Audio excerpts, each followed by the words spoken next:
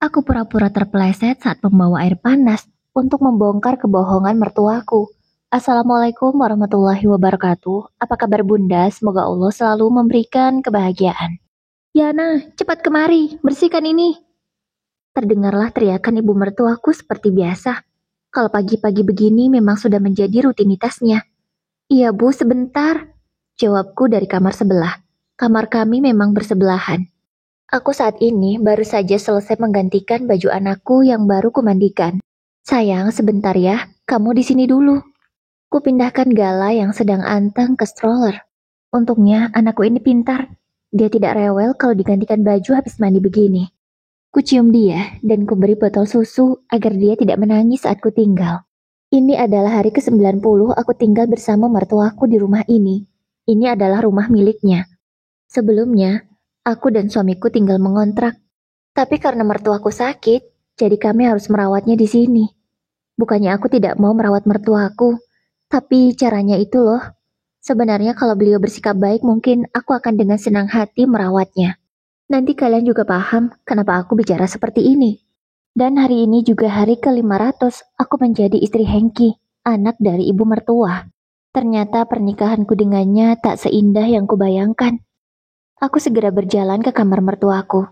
Betapa kagetnya setelah melihat ternyata ibu mertuaku BAB di tempat tidur. Ya Allah bu, kenapa BAB di sini? Kan sudah kusediakan tempatnya. Ucapku sedikit kesal. Bukannya berlaku tidak sopan. Tapi ya, yang namanya pup manusia itu kan luar biasa. Aku kan lagi sakit. Kamu malah protes. Sudah, cepat bersihkan. Bentaknya seperti biasa. Ku angkat mertuaku ke kursi roda, lalu membawanya ke kamar mandi untuk membantunya membersihkan diri. Setelahnya ku gantikan pakaian, dan ku biarkan beliau duduk di ruang tamu sambil menonton TV. Gegas, aku membersihkan tempat tidur ibu mertuaku. Jangan ditanya baunya seperti apa, sungguh sangat memualkan perut. Namun lama-kelamaan aku mulai terbiasa sih. Ya masih tetap saja baunya mengganggu hidung. Baru juga akan mencuci spray, tiba-tiba Gala menangis. Buru-buru aku menghampirinya. Sayang, maafkan ya, mama kelamaan ya ninggalin kamu. Aku menggendongnya, dan bayi yang berumur 5 bulan itu langsung diam. Aku menimang-nimangnya sebentar, ternyata dia mengantuk. Setelah kurang lebih 15 menit, akhirnya dia tidur. Sekarang kulanjutkan lagi untuk mencuci spray bekas kotoran mertuaku. Yana, kamu lama sekali sih. Aku sudah lapar. Lagi-lagi ibu mertuaku berteriak dari ruang tamu. Iya bu, sebentar. Yana ambilkan makan. Segera ku cuci tangan yang masih penuh sabun, lalu ke dapur untuk mengambilkan nasi. Hari ini hanya masak seadanya, sayur bening bayam dan goreng tempe. Karena uang belanja sudah menipis, sebab ini akhir bulan. Ini bu makanannya, ucapku dengan lembut dan sopan. Apaan ini? Cuman bayam sama tempe? Kamu ini ya ngasih makan orang sakit nggak bergizi banget? Protes mertuaku. Maaf bu, ini kan akhir bulan, ibu tahu sendiri. Aku berusaha menjelaskan. Halah kamu itu alasan. Makanya, jadi perempuan itu harus berpenghasilan, supaya nggak mengandalkan suami terus. Ucapnya lagi tak mau mengerti. Aku juga maunya gitu bu, tapi siapa yang akan menjaga ibu dan menjaga Gala kalau aku kerja? Ibu mertuaku tak bisa menjawab.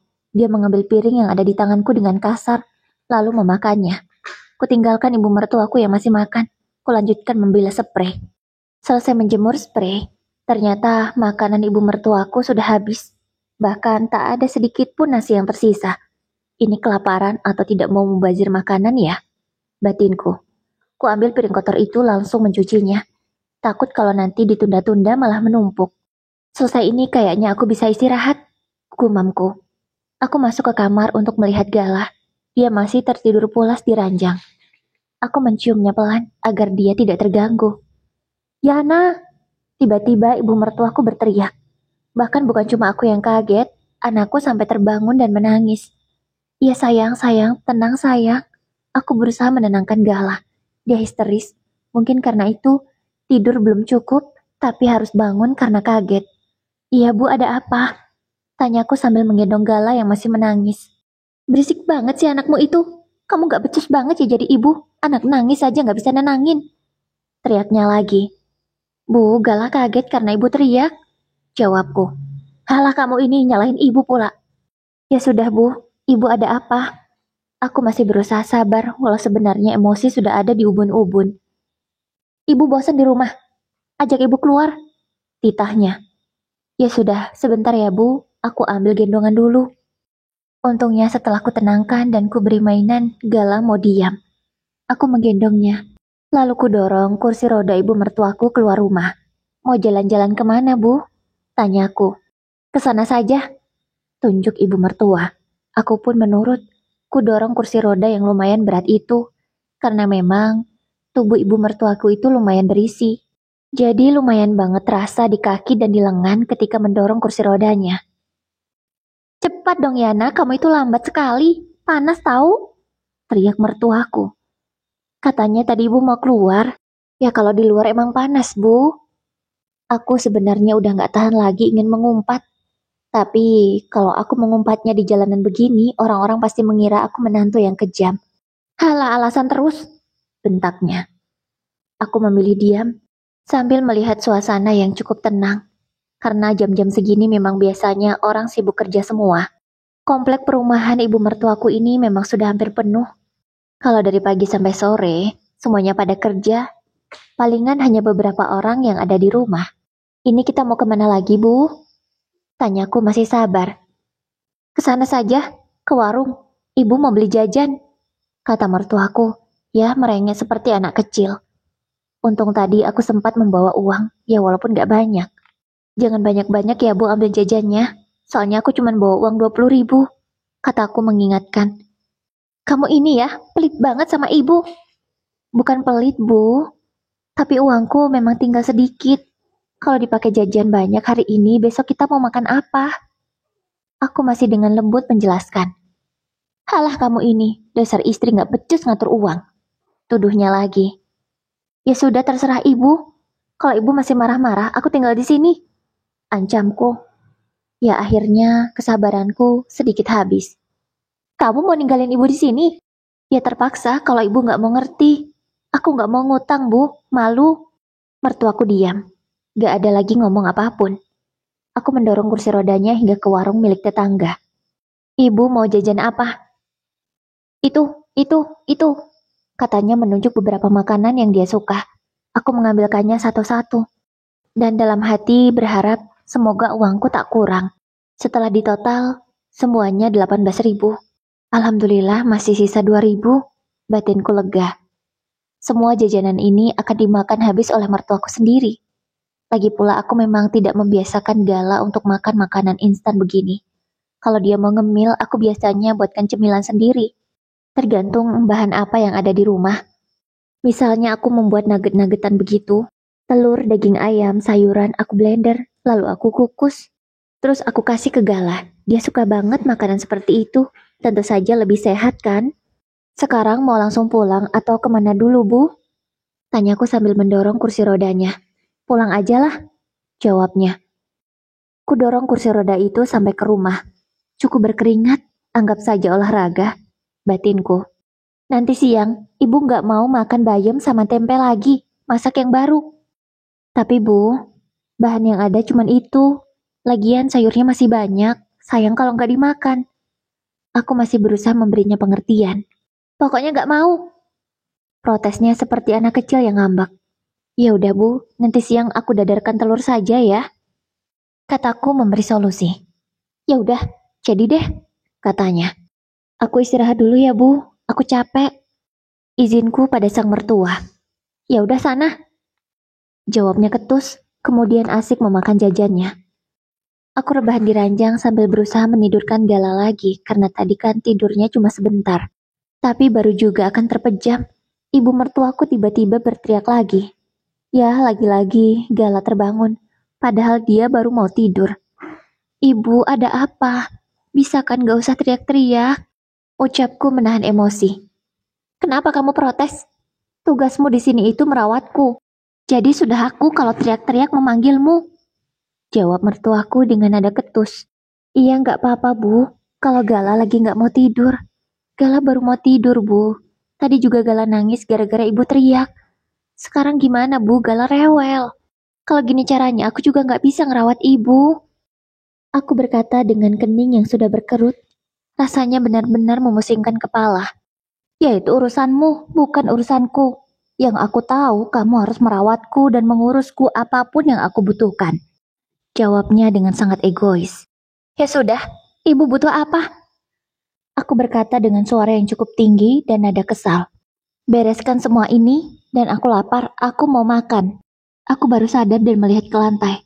Sampah jajanan yang tadi dia makan berserakan di lantai. Padahal rumah ini sudah aku sapu dan pel, tapi sudah sekotor ini lagi. Iya Bu, tapi aku tenangkan Gala dulu. Gak mau, aku mau makan sekarang. Sambil menggendong Gala, akhirnya aku ke dapur, menggorengkan telur dadar. Aduh, makanan apa ini? Seret banget gak ada kuahnya. Protesnya, setelah telur dan nasi sudah tersaji. Ya pakai sayur Bu, kan masih ada sayur bayam, ucapku. Ya udah mana? Dalam hati aku membatin.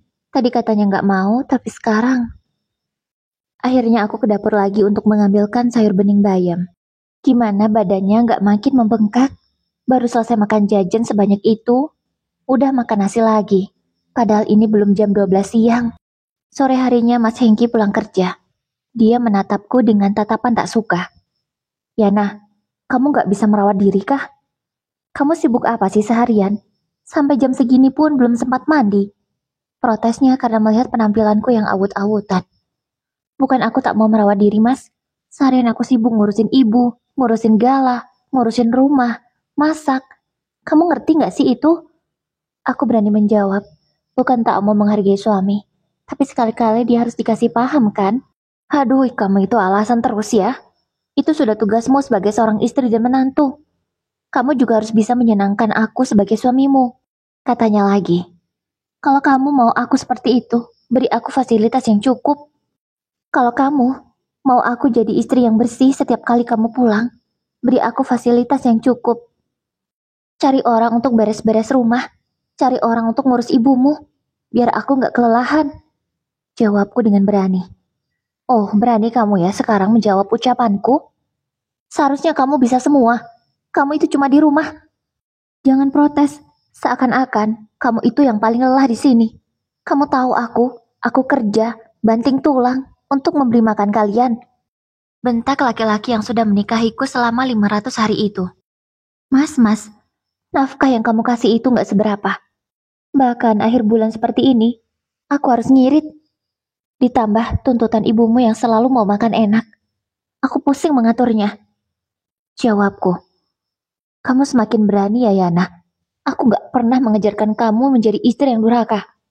Bentaknya lagi. Aku juga gak mau jadi istri durhaka, Mas. Kamu seharusnya bisa mengerti aku. Aku sebenarnya gak masalah kamu nafkahi sedikit. Yang penting kamu itu pengertian, Mas. Mau bantuin aku. Jangan cuma pulang kerja mau enaknya saja. Mau dilayani seperti raja. Tidak mau membantu mengurus anak. Tidak mau membantu mengurus ibumu. Kamu pikir aku mudah sendirian di rumah mengerjakan semuanya? Tegasku. Ah, sudahlah. Dasar istri pembangkang. Mas Hengki menghempaskan tangannya di udara, lalu masuk ke dalam rumah, kemudian mandi, lalu rebahan di sofa. Dia tidak mau membantuku mengurus Gala. Mas, kamu mau makan sayur bayam lagi? Tanya aku dengan nada datar. Enggak lah, itu kan sayur tadi pagi. Masa untuk makan malam? Protesnya. Ya sudah, kamu jaga Gala, biar aku buat telur dadar. Atau telur sambal, kamu mau yang mana? Tanya aku. Ya udah telur sambal aja, kayaknya itu lebih enak, jawabnya. Ya sudah, kamu jaga Gala dulu ya. Aku menyerahkan Gala pada Mas Hengki, lalu ke dapur untuk memasak. Namun, baru setengah jalan, aku memperhatikan ke ruang tamu. Gala sudah diletakkannya di lantai. Dan bayi berumur 5 bulan itu dibaringkan tanpa alas apapun, langsung ke lantai. Bahkan kepalanya tidak dialasi bantal atau kain. Dan di tangannya diberi mainan sisir yang ujungnya tajam. Astagfirullah Mas, kamu apa-apaan sih? Kamu tega banget sama anakmu sendiri. Kenapa Gala dibaringkan di lantai tanpa dialasi seperti ini? Dan apa ini Mas? Ini kan bisa melukai Gala. Aku segera mengambil sisir itu dengan sangat khawatir, memeriksa kalau Gala sudah terluka. Tapi untungnya Aku belum terlambat. Kamu itu berlebihan. Sudah sana masak. Galang nggak apa-apa kok. Biar dia kuat. Biar dia jadi anak yang sehat. Nggak gampang sakit. Jawabnya enteng. Kalau dia sakit, aku yang rawat. Kamu nggak pernah peduli. Aku segera menggendong Galah. Lebih baik dia berada di gendonganku lebih aman daripada bersama ayahnya. Seolah aku menyerahkan Galah pada bahaya. Aku masak dengan menggendong Galah. Susah namun harus kujalani. Untuk meredakan emosi, aku hanya bisa beristighfar berkali-kali dalam hati ini. Makan malam pun tiba. Ibu mertuaku makan dengan lahapnya. Telur sambal habis 3 butir. Nasinya juga banyak banget, entah berapa centong. Kalau suamiku sendiri, dia menghabiskan 2 centong nasi dan 2 butir telur, sementara aku sendiri, aku hanya menghabiskan 1 butir telur dan 1 centong nasi. Itu sudah cukup membuatku kenyang. Untungnya Gala tidak menyusu padaku. Andai aku memberi ASI padanya, pasti makanan ini tak akan cukup. Bukan untung juga sih, sebenarnya aku sedih karena tak bisa mengasihi Gala. Tapi mau bagaimana lagi, ASIku tak mau keluar sejak melahirkan. Hingga Gala harus meminum susu formula. Itu jugalah hal yang diprotes oleh ibu mertuaku. Katanya, andai aku bisa mengasihi, pasti pengeluaran tidak membengkak setiap bulannya, karena harus membelikan susu Gala. Padahal susu Gala tidak seberapa mahalnya. Lebih mahal lagi biaya hidup ibu mertuaku. Bukan biaya berobat atau apapun itu, melainkan biaya jajannya sehari-hari dan makanan enak yang selalu dia minta. Tapi ya sudahlah, aku tak bisa berbuat banyak, hanya bisa sabar dan berserah. Keesokan paginya, aku bangun kesiangan, karena tadi malam Gala sedikit rewel, jadi susah tidur, aku harus bergadang sendirian menjaganya. Jangan tanya Mas Hengki, dia tak peduli, dia tetap tidur nyenyak sampai ngorok-ngorok, gak peduli kalau anaknya lagi gak enak badan. Pagi itu sangat riuh, aku hanya sempat memasak nasi goreng dan juga telur ceplok. Seperti biasanya, mulut ibu mertuaku akan protes, walau nasi goreng dan telur itu juga dimakannya sampai habis. Kamu bersihkan kamar ibu. Tadi ibu pipis. Aku menghirup udara banyak-banyak untuk meredakan emosi. Kepala ini padahal pusing karena kurang tidur. Tapi mau gak mau aku harus mengerjakan semuanya. Aku bergegas membereskan rumah. Toh semua orang sudah sarapan. Nanti saja ke warungnya untuk beli bahan makan siang. Aku bekerja secepat mungkin, walau membuat tubuhku terasa begitu lelah. Ya karena itu, kerjanya terlalu diporsir. Tapi mau bagaimana lagi, aku ingin segera beristirahat. Walau sebenarnya masih lama, karena belum masak makan siang. Belum lagi kalau nanti mertuaku rewel minta ini dan itu. Selesai beberes rumah dan mencuci, aku keluar untuk membeli bahan makanan. Kamu mau kemana? Tanya mertuaku yang sedang santai sambil menonton TV. Mau ke warung bu, beli sayur? Jawabku. Terus Gala kamu tinggal? Tanyanya dengan suara yang tak enak. Aku nitip sebentar ya bu, Gala tidur. Ya sudah, jangan lupa belikan ibu makanan yang enak, katanya. Aku mengangguk. Walau, aku bingung harus membelikan makanan enak apa, sementara uang di tangan hanya tinggal 50.000. Ya 50.000 ini harus cukup untuk makan seharian, dari siang sampai nanti malam, dan membeli beberapa bahan yang habis. Sesampainya di warung, aku sudah tahu mau masak apa. Terfikirlah masak sup ceker. Ya murah dan dapatnya banyak. Setelah membeli bahan-bahan yang dibutuhkan, aku tak lupa juga membeli 5 donat. Ini rencananya untukku juga ada dan untuk mertuaku. Tapi feelingku sih nggak enak. Kalau makanan lezat begini biasanya ibu mertuaku akan menghabiskannya sendiri. Dengan hati yang sudah cukup tenang karena tahu mau masak apa, aku pulang ke rumah. Namun dari kejauhan, aku melihat ada sesuatu yang aneh. Tadi kan pintu tidak aku tutup karena mertuaku ada di ruang tamu. Nah ini aku melihat ada sekelebat orang yang lewat. Aku memperhatikan dari jauh. Aku belum mendekat ke arah rumah. Aku ingin tahu siapa sebenarnya orang yang liwat-liwat terus dari tadi. Apa? Itu kan ibu? Kok ibu bisa jalan? Katanya kakinya lumpuh gara-gara kepleset di kamar mandi waktu itu. Sampai pakai kursi roda tiap hari. Lah itu kok sehat-sehat aja. Tuh, aku terkejut bukan main. Karena melihat ibu mertuaku sehat walafiat. Bisa jalan ke sana kemari. Dari dapur ke ruang tamu. Dari ruang tamu ke kamarnya. Aku bisa melihat jelas karena memang pintu menganga lebar. Dan mungkin mertuaku tidak menyadari kalau aku sudah melihatnya dari tadi. Karena memang saat ini aku sedikit bersembunyi di balik pohon. Jadi selama ini ibu mertuaku membohongiku. Gumamku. Aku berjalan mendekati rumah. Di sana ibu mertuaku buru-buru duduk di kursi roda. Aku pura-pura tidak tahu. Assalamualaikum, ucapku. Waalaikumsalam. Kamu beli apa untuk ibu? Todong mertuaku. Ini aku beli donat, Bu. Ibu pasti suka. Aku menyerahkan donat itu untuknya. Wah, enak banget ini. Aku minta satu ya, Bu. Gak usah, cuma 5 begini. Mana cukup, Ibu. Kamu gak usah makan deh. Kamu makan nasi goreng saja tadi pagi masih ada sisanya kan? Tanpa memperdulikanku, ia langsung memakan donat itu dengan sangat enaknya. Dasar orang rakus, batinku. Aku lalu menuju ke dapur. Tapi sebelumnya aku melihat Gala yang masih tidur di kamar. Alhamdulillah, putraku itu tidak rewel. Dia masih tidur pulas. Yana, kamu mau masak apa? Bawa ibu ke dapur. Teriak ibu mertuaku. Mau masak sup, Bu. Akhirnya aku ke ruang tamu untuk mendorong kursi roda ibu mertuaku ke dapur. Ingin rasanya menjongkrokkan dia saja, karena dia pura-pura sakit selama ini. Aku jadi terpikir, apakah selama ini kelakuannya yang suka BAB di tempat tidur itu supaya menyusahkanku? Plus mulutnya yang begitu pedas. Apa semua maksudnya? Apa mungkin dia mau mengujiku? Atau dia ingin aku tak betah menjadi menantunya, sehingga aku pergi meninggalkan Hengki? Entahlah, aku tidak tahu jawabannya. Ibu mau bantuin ya? Tanyaku pura-pura. Padahal aku tahu mana mungkin mertuaku mau bantu masak. Semenjak aku di sini semua aku yang mengerjakan. Enggak lah, kamu aja yang masak. Ibu cuma mau duduk-duduk di sini. Jawabnya tak suka. Ya sudah, Bu. Aku mengambil panci untuk merebus air panas. Untuk merebus cekernya. Sembari menunggu air mendidih, aku membersihkan dan mencuci ceker.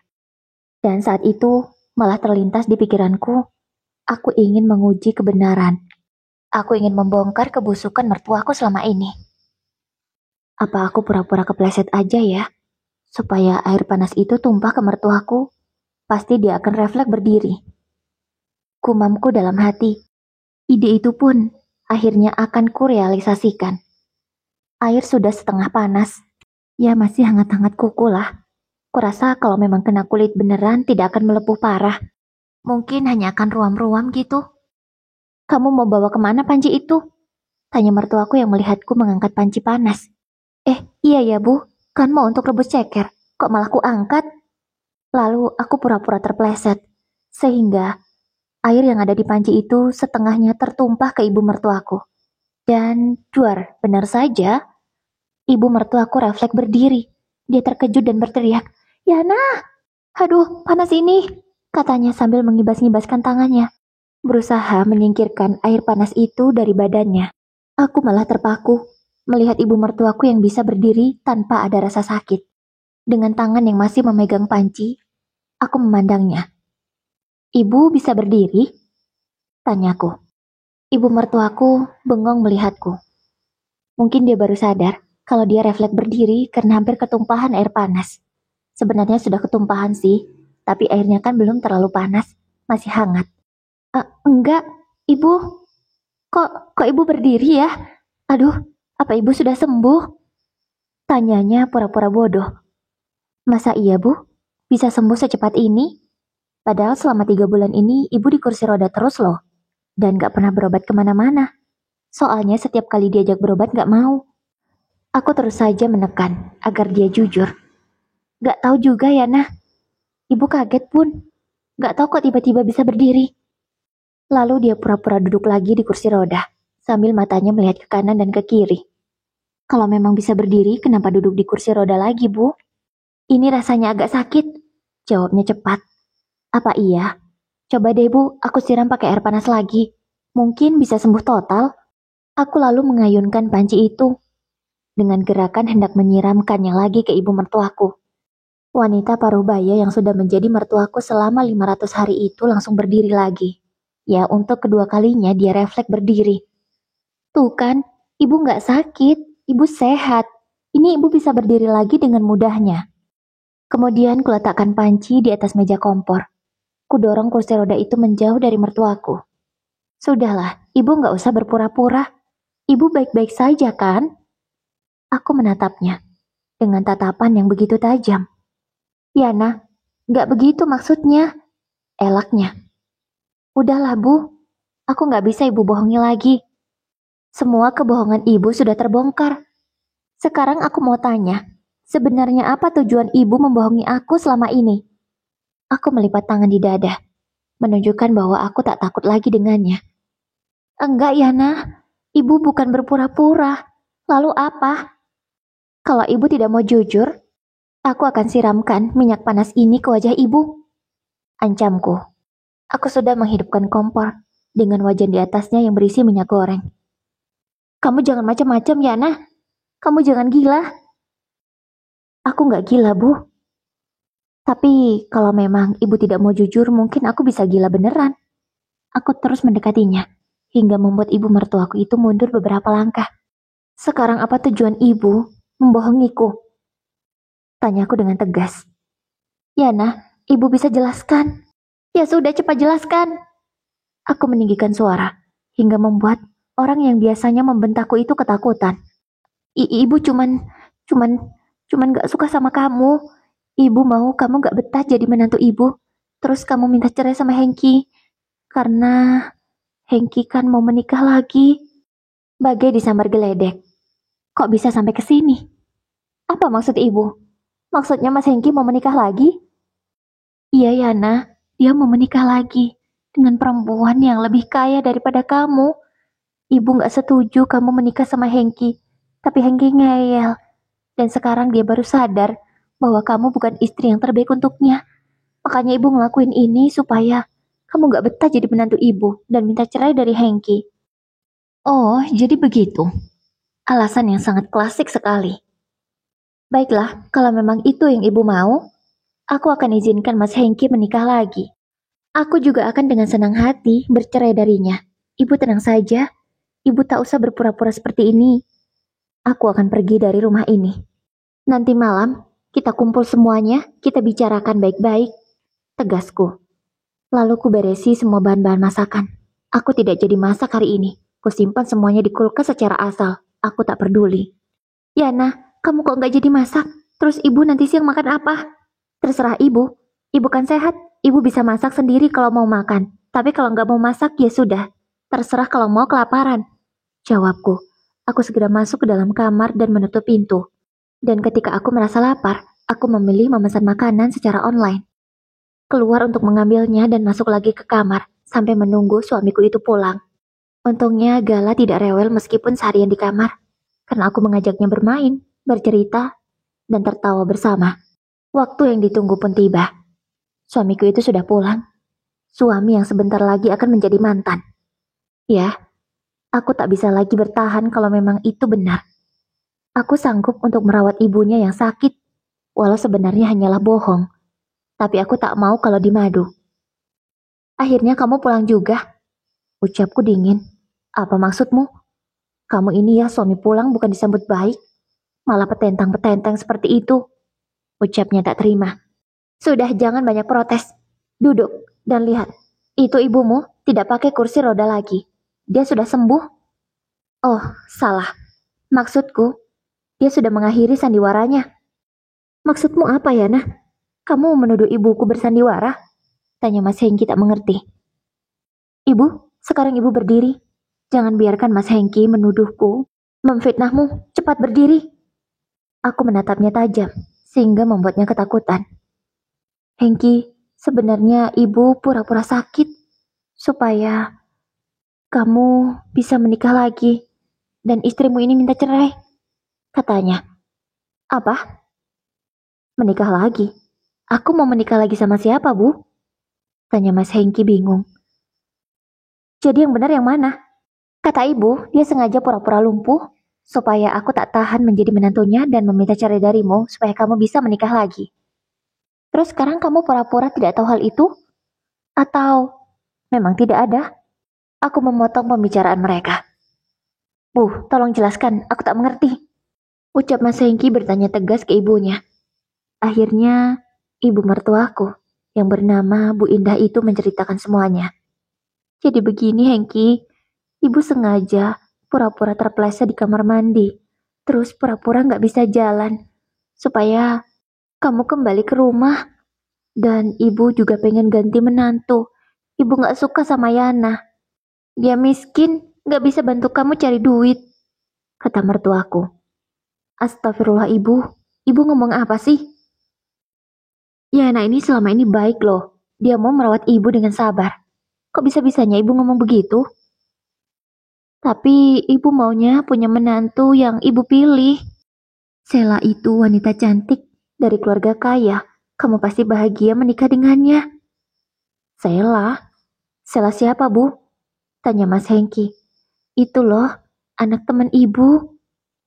Oh, yang itu. Tapi kan aku sudah menikah dengan Yana bu, mana bisa? Bisa, asalkan Yana mau menceraikan kamu. Kamu bisa menikah dengan Sela. Ucap ibu mertuaku menjelaskan. Aduh bu, ibu ini ada-ada saja. Aku memang bosan bu, sama Yana. Karena sejak dia sibuk punya anak dan merawat ibu, dia nggak menarik lagi. Tapi apa aku harus menikah lagi? Ternyata suamiku itu sama saja seperti laki-laki lainnya. Kupikir tadi dia akan menolak, tapi ternyata aku salah. Tuan Hengki dan Nyonya Indah yang terhormat. Saya Yana akan pergi dari rumah ini sekaligus mengurus surat cerai. Karena sudah cukup aku bersabar, aku udah gak sanggup. Dan asal Nyonya Indah tahu, menantu yang kamu anggap miskin dan tak bisa membantu suami ini adalah wanita yang berbeda aslinya. Tapi gak perlu ku kasih tahu sekarang lah ya. Karena sebentar lagi, aku bukan menjadi bagian dari keluarga ini. Nanti kalian akan tahu sendiri siapa aku sebenarnya. Ya dah, kok kamu ngomong gitu? Emang kamu bisa bercerai dariku? Kamu bisa hidup tanpa aku? Selama ini kamu gak kerja, semenjak menikah. Terus, kamu mau makan apa di luar? Tanya Hengki. Jadi Anda meremehkanku, Tuan Hengki? Jangankan untuk makan. Untuk membeli rumah ini, dan komplek ini pun aku mampu. Jawabku sambil tersenyum sinis. Sudah, aku gak mau buang waktu di sini. Sudah cukup 500 hari aku mengabdi menjadi istrimu, dan 90 hari aku merawat ibumu. Sudah cukup. Aku masuk ke kamar. Ku bereskan bajuku seperlunya. Karena bajuku yang lain lebih bagus daripada yang ada di sini. Gala sayang, ayo kita pergi dari sini nak. Saatnya kita menyudahi sandiwara. Ku seret koper dan ku gendong Gala.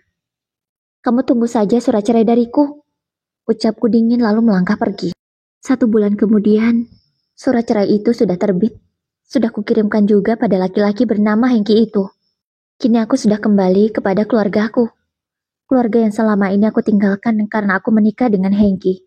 Yang kupikir dia bisa memberiku kebahagiaan walau hidup sederhana. Maafin aku ya, Mah. Aku nyesal. Ucapku pada Mama. Ya emang seperti itu, nak. Kalau belum kena masalah ya belum sadar. Tapi ya, mungkin dengan masalah ini kamu bisa lebih dewasa. Ucap mamaku lembut kemudian mengelus kepalaku. Iya, Mah. Aku minta maaf banget. Aku juga berterima kasih Mama masih mau menerimaku. Ucapku sambil menangis. Tentu saja sayang. Kamu itu anak perempuan Mama satu-satunya. Lalu aku memeluk Mama erat, tak kuat menahan haru. Yang penting kamu pulang bawa hasil. Ada Gala. Gala akan menjadi penyemangat baru di rumah ini. Aku mengangguk dan masih menangis. Untung ya, pernikahan kamu ada hasilnya si Gala. Coba enggak, rugi banget kamu. Cuma diajak hidup pas-pasan sama Hengki, disuruh ngurusin ibunya yang pura-pura sakit. Tapi untung kamu dapat Gala, kata mamaku. Iya mah. Ya sebenarnya, aku bukanlah orang biasa. Mamaku pengusaha sukses. Aku punya 2 kakak laki-laki. Dan mereka masing-masing sudah merintis perusahaannya masing-masing. Ya tentu atas bantuan mama juga. Sementara itu perusahaan mama yang masih ada di tangan mama. Itu adalah untukku, yang memang sudah mama persiapkan untukku. Tapi karena aku jatuh cinta dengan seorang laki-laki bernama Hengki, aku meninggalkan semuanya. Aku tidak ingin kehilangan cintaku, sampai aku melawan mamaku sendiri. Aku teringat dengan masa lalu. Waktu itu aku ngotot supaya bisa menikah dengan Hengki. Tapi mama memberi syarat agar merahasiakan identitas kami yang sebenarnya. Ya, kalau orang-orang yang sudah mengenal kami tentu sudah tahu betul siapa kami. Tapi kalau orang jauh pasti tidak tahu, karena memang kami selalu bergaya biasa, tidak glamor, tidak bermewah-mewahan meskipun kami mampu. Waktu itu pun, ketika kakakku menjadi wali karena ayahku sudah meninggal, kami semua hanya memakai baju sederhana. Bahkan, kebaya yang kubeli juga kebaya second. Semua itu dilakukan untuk merahasiakan identitas kami. Mama bilang dia tak yakin dengan Hengki. Karena melihat tingkah ibunya Hengki dari awal, mamaku sudah tahu kalau Bu Indah itu wanita yang matre, mertua yang tak akan bisa menerima menantu apa adanya. Tapi aku tak melihat ke sana. Yang aku inginkan hanyalah bisa menikah dengan Hengki. Dan sekarang aku menyesal karena sudah memilih keputusan itu. Sekarang nih ya, Mama yakin kalau Bu Indah tahu kamu sebenarnya orang kaya, dia pasti akan ngemis-ngemis supaya kamu bisa balikan sama anaknya. Kata mamaku lagi. Apa ya begitu, Mah? Kita lihat saja nanti kalau dia tahu siapa kamu sebenarnya. Aku pun menunduk, mencoba mencerna ucapan mama. Tapi sepertinya memang benar. 3 bulan kemudian, aku mendapat kabar kalau mantan suamiku sudah menikah lagi dengan Sela. Ya, sesuai dengan permintaan mantan ibu mertuaku. Aku tak sedih, tak cemburu. Aku malah senang kalau dia sudah menikah lagi. Itu artinya, aku semakin tenang. Kini, selain mengurus Gala, aku juga sibuk mengurus perusahaan mama. Mama pokoknya mau aku yang melanjutkan. Tak boleh ada alasan penolakan. Usaha mama ini bergerak di bidang wedding organizer. Dan kalian tahu, ya sudah bisa ditebak lah. Sela dan Hengki pernikahan mereka menyewa WO milikku. Aku juga sedikit bingung. Pernikahan mereka sudah 2 minggu yang lalu. Tapi baru mau resepsi sekarang. Dan mereka berdua datang untuk memilih dekorasi serta baju yang mau dipakai. Kebetulan aku ada di sana. Sambil mengajak Gala bermain, sekaligus mengurus usaha mama ini. Kamu ngapain di sini? Kamu pasti jadi tukang bersih-bersih ya di sini. Tuduh Hengki dengan sombongnya. Dan Sela dengan manja, menggandeng tangan suaminya itu, mungkin sengaja ingin memanas-manasiku. Tapi sorry ya, aku nggak panas sama sekali. Bukan pak, jangan sembarangan bicara, kata salah satu karyawanku. Aku memberi isyarat agar dia diam. Dia pun mengerti lalu menjauh. Kasihan banget ya. Sejak kita cerai berarti kamu kerja di sini jadi tukang bersih-bersih. Mana harus sambil ngomong Gala lagi. Kasihan banget anakku, jadi terlantar. Coba kamu tetap bertahan. Kamu pasti udah bahagia. Ucapnya, benar-benar ucapan itu nggak tahu diri sekali. Aku masih memilih diam sambil mendengarkan apa lagi yang mau dia katakan. Ini mantan istrimu itu ya sayang. Aduh kasihan banget ya. Tapi kelihatannya pakaiannya mahal sih. Atau jangan-jangan ini pakaian diberi orang. Atau mungkin dikasih sama yang punya WO ini. Tapi ya terserah dialah. Yang jelas dia gak lebih baik daripada kita. Kata Sela sombong sama seperti suaminya. Iya sayang, kan aku sudah bilang. Dia mana mungkin bisa hidup tanpa aku. Lihat saja, dia kesusahan sendiri kan sekarang. Lagi-lagi Hengki merendahkan. Terserah kalian mau ngomong apa. Tapi kalau orang cerdas, gak mungkin pikirannya sebodoh kalian. Sindirku. Apa maksudmu kamu mengatai kami bodoh? Kata Sela tak terima. Ya seperti yang aku bilang, kalau orang bodoh tak mungkin bicara seperti tadi. Mas, lihat dia mas. Kamu jangan kurang ajar sama istriku. Aku tahu mungkin kamu belum bisa move on.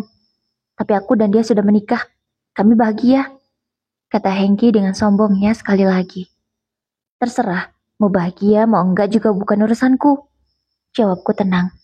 Dan tak lama datanglah klien yang lainnya.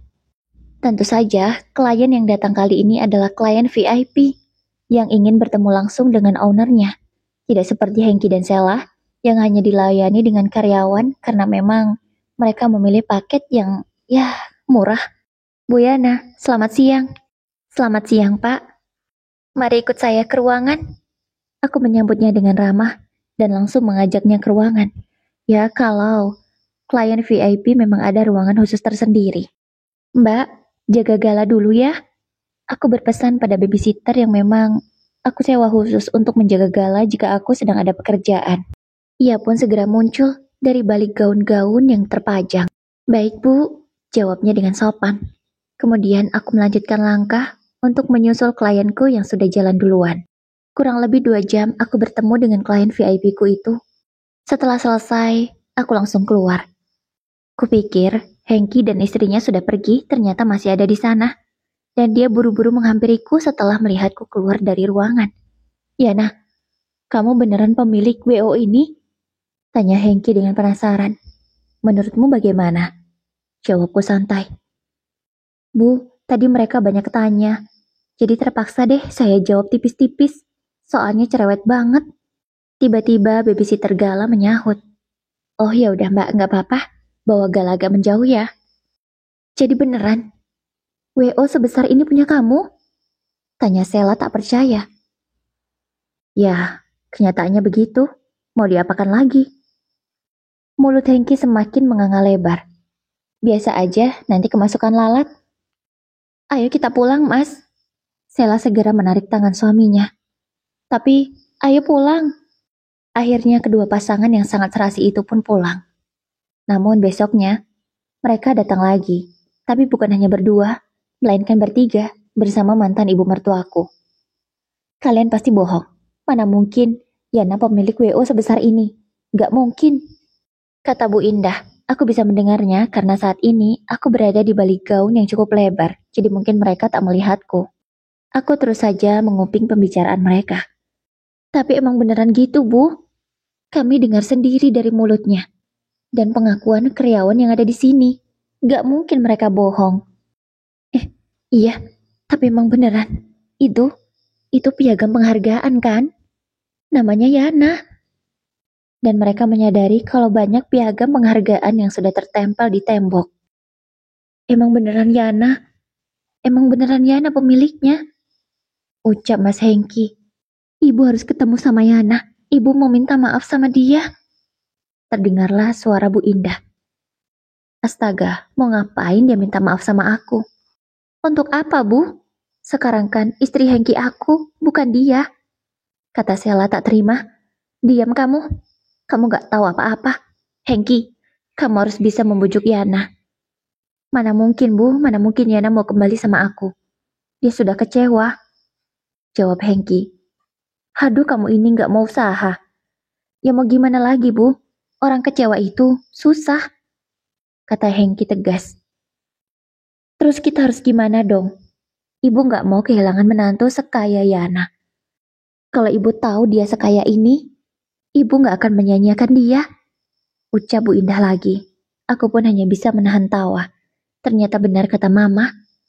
Pasti mantan mertuaku itu akan menyesal setelah tahu siapa aku yang sebenarnya. Udahlah Bu, jangan buat malu. Kita pulang aja yuk. Aku kan gak jadi pakai WO di sini. Karena aku gengsi lah sama Yana. Terdengarlah suara Hengki bersuara lagi. Iya, kita gak jadi pakai WO di sini. Kita mau pakai WO yang lainnya aja. Kenapa memangnya? Tanya Bu Indah. Soalnya harganya paling murah itu 30 juta Bu di sini. Kami mana ada uang sebanyak itu? Jawab Sela. Loh, bukannya kamu anak orang kaya? Masa 30 juta aja nggak ada? Bu, yang mau menikah itu aku dan Hengki, bukan orang tuaku. Mereka nggak mau membiayainya. Kalau mau pesta, ya biaya sendiri. Jangan biaya orang tua. Jawab Sela tegas. Bahkan suaranya sangat tinggi menurutku. Aduh, percuma punya besan kaya, tapi pelit. Ujar Bu Indah. Kemudian mereka pun terdengar menjauh, mungkin pergi. Dan setelah itu aku tak tahu kabar apapun tentang mereka. Aku juga nggak mau cari tahu dan nggak peduli. Tapi yang jelas kalau memang nanti Hengki punya niat baik untuk bertemu Galah, aku akan mengizinkannya. Karena mau bagaimanapun, dia adalah ayah kandungnya. Beberapa bulan kemudian, kali ini Hengki datang lagi ke tempat usahaku. Bukan untuk urusan pernikahan. Katanya ingin bertemu dengan Galah. Yana, aku boleh bertemu Galah? Tanyanya dengan suara yang cukup sedih sih menurutku. Kasihan juga dengernya. Boleh, tapi kalau mau ngajak main di sini aja ya, jangan dibawa keluar. Aku khawatir. Aku memanggil babysitter Gala untuk memberikan Gala pada ayahnya. Mereka pun bermain sekitar setengah jam. Lalu Gala nangis, entah apa penyebabnya. Mungkin kurang nyaman bisa jadi. Atau anak itu sudah terbiasa tanpa ayah, aku juga tak paham. Walau awalnya tadi dia mau diajak bermain. Yana, aku mau sedikit cerita, ucapnya setelah kami berhadapan. Mau cerita apa? Aku sebenarnya nggak mau terlalu kepo, tapi ingin tahu juga sih sedikit. Aku udah cerai sama Sela. Dia bukan wanita yang baik. Dia nggak mau ngurus rumah, nggak mau ngurus suami, apalagi ngurus ibuku. Mana uang belanja yang aku kasih selalu kurang. Padahal dulu, kamu aku kasih 3 juta cukup tuh untuk 1 bulan. Ya itu bukan urusanku. Kenapa kamu menceritakan rumah tanggamu sama mantan istrimu? Itu tidak baik. Sama saja kamu merendahkan dia. Bukan aku merendahkan, Yana. Tapi memang itu kenyataannya. Jawabnya cepat. Tetap aja nggak boleh. Silakan pergi kalau memang tidak ada yang penting lagi. Usirku tegas. Yana, sebenarnya nggak cuma itu yang mau aku bilang. Bisa nggak kita balikan? Nggak, nggak ada kata balikan setelah bercerai. Cerai ya cerai, tegasku. Tapi Yana, aku masih mencintaimu. Ucap Hengki lagi. Cinta? Cintaku sudah mati untukmu. Cepat pergi. Aku mengusirnya dengan tegas sekali lagi. Ya risih saja. Kenapa datang-datang malah ngomongin cinta? Basi banget. Untungnya pria itu tahu diri dan segera pergi, karena aku sudah mengusirnya dengan kata-kata yang cukup kasar. Ya aku harap setelah ini dia nggak datang lagi deh. Kalaupun datang ya hanya urusan anak. Gak ada membahas lagi soal ngajak balikan atau apapun itu. Aku nggak mau. Tapi dari ceritanya tadi, aku jadi sedikit tahu masalah rumah tangganya. Ya memang selalu begitu kan, penyesalan selalu datang di belakang. Kalau di depan namanya pendaftaran. Iya nggak Bun? Oke, kisahnya cukup sampai di sini. Wassalamualaikum warahmatullahi wabarakatuh.